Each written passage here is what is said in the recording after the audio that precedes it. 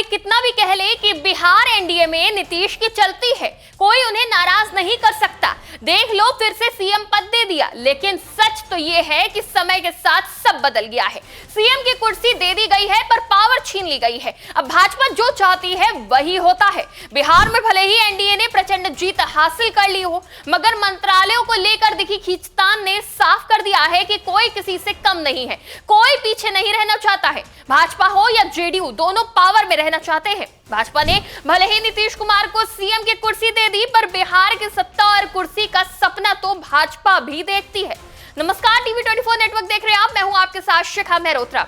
CM की कुर्सी ना सही, पर भाजपा ने गृह मंत्रालय अपने पास रख लिया है। उधर भले ही नीतीश के पास से गृह विभाग छिनकर सम्राट चौधरी के पास चला गया हो, मगर नीतीश ने सम्राट से पुलिस अधिकारियों के ट्रांसफर के अधिकार छीनकर भाजपा की पावर आधी कर दी है। उधर भाजपा ज्यादा सीटें लाने का फायदा उठाना चाहती है। बिहार में अपना कद, अपनी भूमिका बढ़ाना चाहती है। बिहार में चुनाव के बाद से एनडीए में बीजेपी का जोर दबदबा देखने को भी मिल रहा है। पहला धक्का तो वही मंत्रालय बंटवारे में दिखा, जहां गृह विभाग पहले नीतीश कुमार के पास हुआ करता था, लेकिन अब डिप्टी सीएम सम्राट चौधरी को वही जिम्मेदारी दे दी गई है। यानी गृह मंत्रालय बीजेपी के हाथों में चला गया है। गृह मंत्रालय यानी अंदरूनी सुरक्षा, पुलिस, कानून, अगर ये बीजेपी के पास है तो समझ लो कि नियंत्रण की ड्राइविंग सीट को पकड़ना बीजेपी चाहती है। दूसरी ओर जेडीयू को भी कुछ मलाईदार विभाग जरूर मिले हैं, जैसे शिक्षा, जल संसाधन, ग्रामीण विकास। ये ऐसे मंत्रालय हैं जिनसे वोट बैंक को भरा जा सकता है, लेकिन ये पावर हाउस विभाग के तौर पर नहीं है।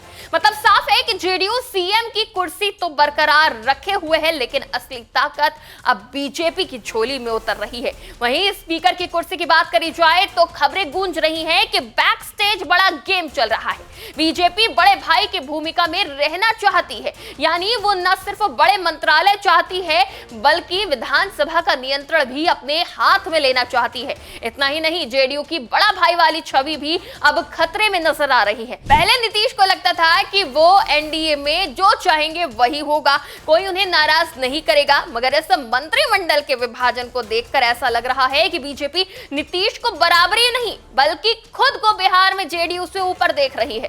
तो कुल मिलाकर बीजेपी की ताकत बिहार सरकार में तेजी से बढ़ रही है। और नीतीश कुमार भले ही नाम के लिए सीएम की कुर्सी पर बैठे हो, लेकिन असली डिसाइडर, असली पावर बीजेपी बनकर बैठा है। फिलहाल आपको क्या लगता है, विधानसभा का स्पीकर कौन बनेगा? बिहार में बीजेपी और जेडीयू किसके हाथ में ज्यादा पावर जा रही है और भविष्य क्या होगा? अपनी कमेंट में राय जरूर दीजिएगा। फिलहाल के लिए इतना ही। आप देखते रहिए टीवी 24 नेटवर्क।